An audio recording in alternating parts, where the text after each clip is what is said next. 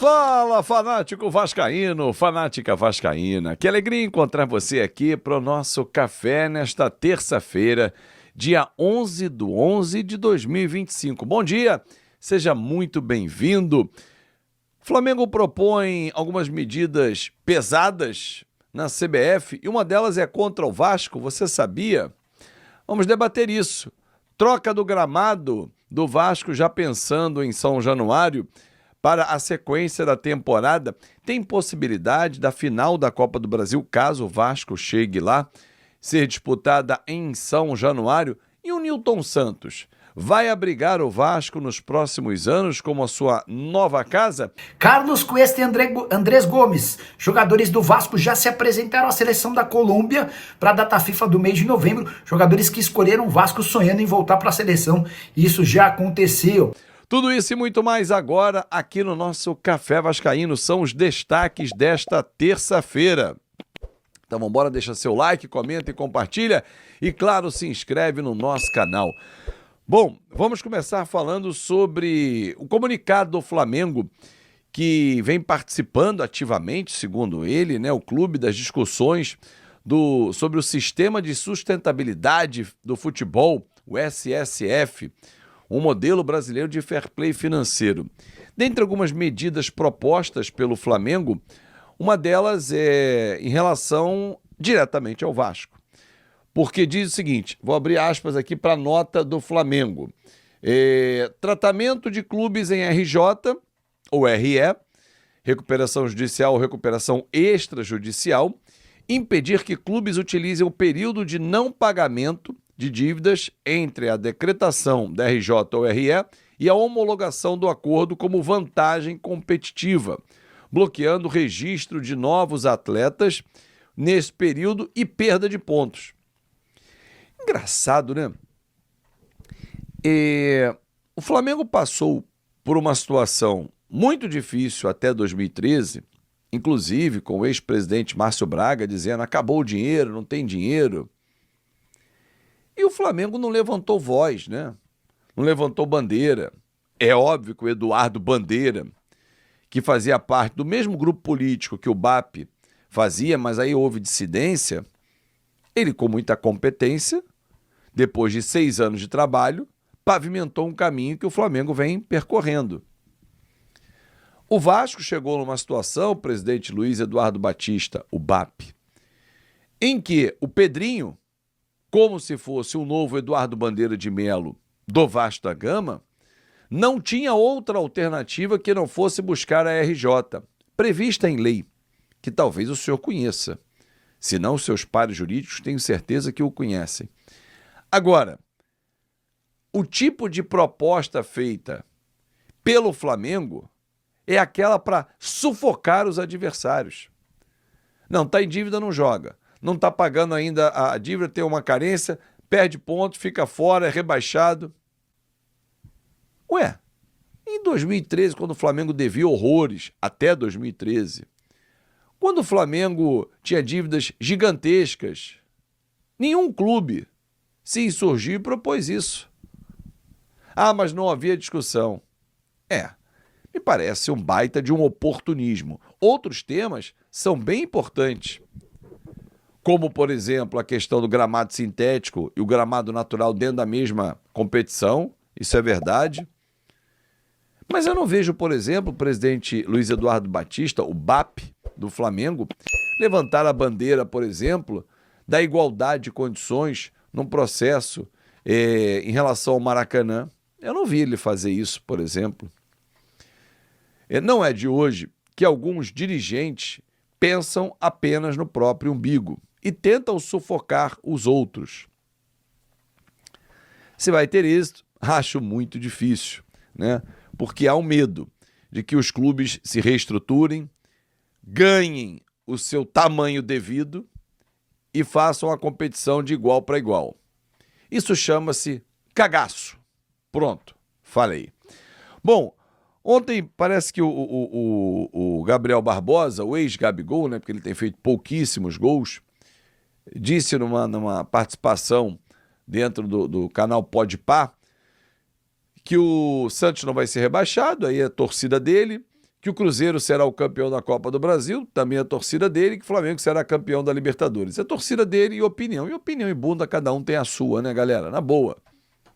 Vamos ver, dentro de campo, o que vai acontecer. Eu sei que o Cruzeiro teve aqui no Rio de Janeiro, a gente amassou e meteu 2-0 neles. Vamos ver. Aliás, e a propósito, ontem o Atenção Vascaínos trouxe a informação. E aqui a gente traz o crédito tranquilamente, não tem nenhum problema não, tá? A gente trabalha assim aqui, talvez outros canais trabalhem diferente, mas aqui não. Quando não é a nossa informação de quem é, eu trago aqui o crédito sem problema nenhum. É minha linha editorial. Que o Vasco está fazendo a troca do gramado, já vou falar sobre isso. E com essa troca, o gramado vai ficar ótimo e tal, não sei o quê. Estuda levar o jogo, caso chegue à final da Copa do Brasil, para São Januário. Tem um vídeo aqui no canal, que eu vou deixar inclusive aqui no final, em que eu já falei sobre isso tem muito tempo. E usei até o argumento que São Januário, se tivesse mais uma final e um título, seria o último deste atual estádio. Então tem um valor sentimental nessa escolha. Porém tem um valor financeiro, você abrir mão de jogar no Maracanã, onde você conseguiria colocar pelo menos 3 vezes o público de São Januário. 1. 2. Você vai dizer ao consórcio Maracanã, olha, esse jogo é muito importante, eu vou jogar em São Januário. Só que você pede para jogar e briga para jogar mais vezes no Maracanã em jogos que o Vasco considera importantes também. Então essa briga talvez não seja válida a comprar. Mas há, dentro do Vasco, uma corrente que defenda exatamente o jogo em São Januário. Vamos ver se vai acontecer. A Greenleaf, que é a empresa gestora do gramado, né, que cuida do gramado de São Januário, recomendou a troca do gramado.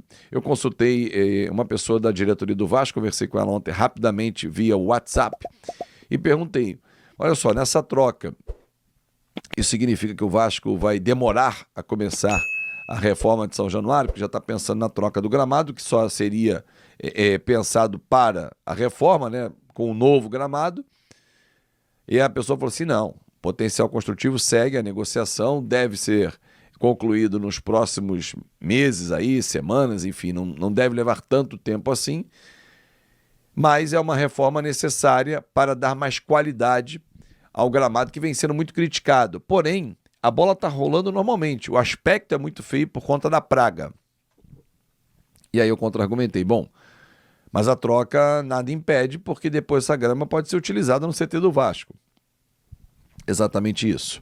Porque as gramas vêm em rolo. Imagina assim, um rolo de fita que você vai desenrolando, depois você volta e enrola. Não é uma fita adesiva, né? É uma fita normal, né? Que você faz um laço. Você volta ela para o rolo, ela volta ao seu formato original. Voltou para o rolo, leva para o CT e coloca no CT Moacir Barbosa. Bom, para fechar, o nosso tema principal do vídeo também, que para mim não é nenhuma novidade, também trouxe um vídeo em setembro, né, há 2 meses, também vou deixar aqui, ó, ele vai aparecer no cantinho bem aqui embaixo, sobre a negociação com o Nilton Santos. Um fato novo, trazido ontem pelo jornal Globo, pela galera do Globo, foi o valor do aluguel. R$250 mil é o valor que o Vasco está fechando com o Botafogo para atuar no Nilton Santos quando o Botafogo não jogar lá, não tiver show e tal, tiver uma agenda liberada.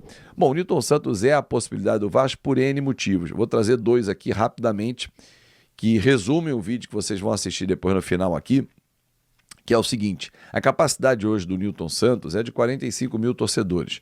O nosso estádio está previsto para pelo menos 48 mil, ou seja, o Vasco passaria a atuar num estádio durante o período de 3 anos, que é o período estimado da obra, pode levar um pouquinho mais, pode levar um pouquinho menos, mas 3 anos, num estádio com a capacidade semelhante à que vai ser a do Vasco da Gama. Ou seja, o Vasco vai poder fazer uma série de ativações, já pensando na ampliação do sócio-torcedor, com um estádio de capacidade maior, para que o torcedor saiba, olha, quando acabar aqui o Nilton Santos, a gente está indo para casa de volta e com a mesma capacidade, ou seja, você vai ter os mesmos benefícios.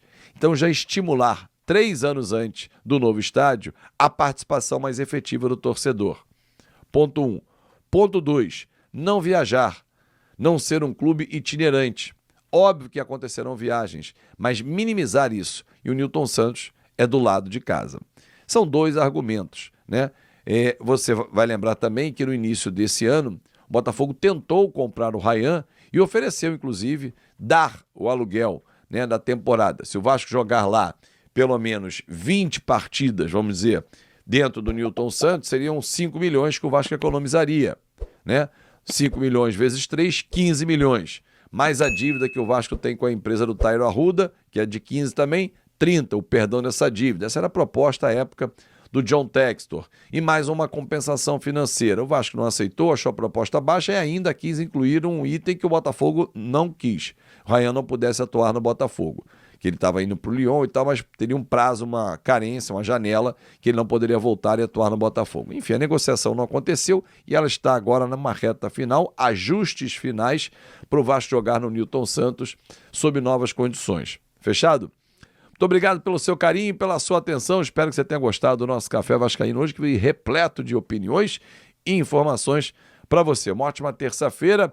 Nos vemos mais tarde, hein? Tem vídeo às 6 da tarde aqui no nosso canal. Muito obrigado pelo carinho, um ótimo dia e até mais tarde. Fala aí, pessoal, mais um vídeo importante aqui no canal. Atenção, Vasco News, informações do Cruz Maltino para te manter sempre muito atualizado. Gostaria de pedir agora a você, na humildade e na moral, fortalece com like, se inscreva no canal, ative o sino das notificações para você não perder nenhum conteúdo, porque assim que pintar mais notícias voltaremos em breve. Forte abraço, tamo junto, até o próximo vídeo, valeu tropa, fui!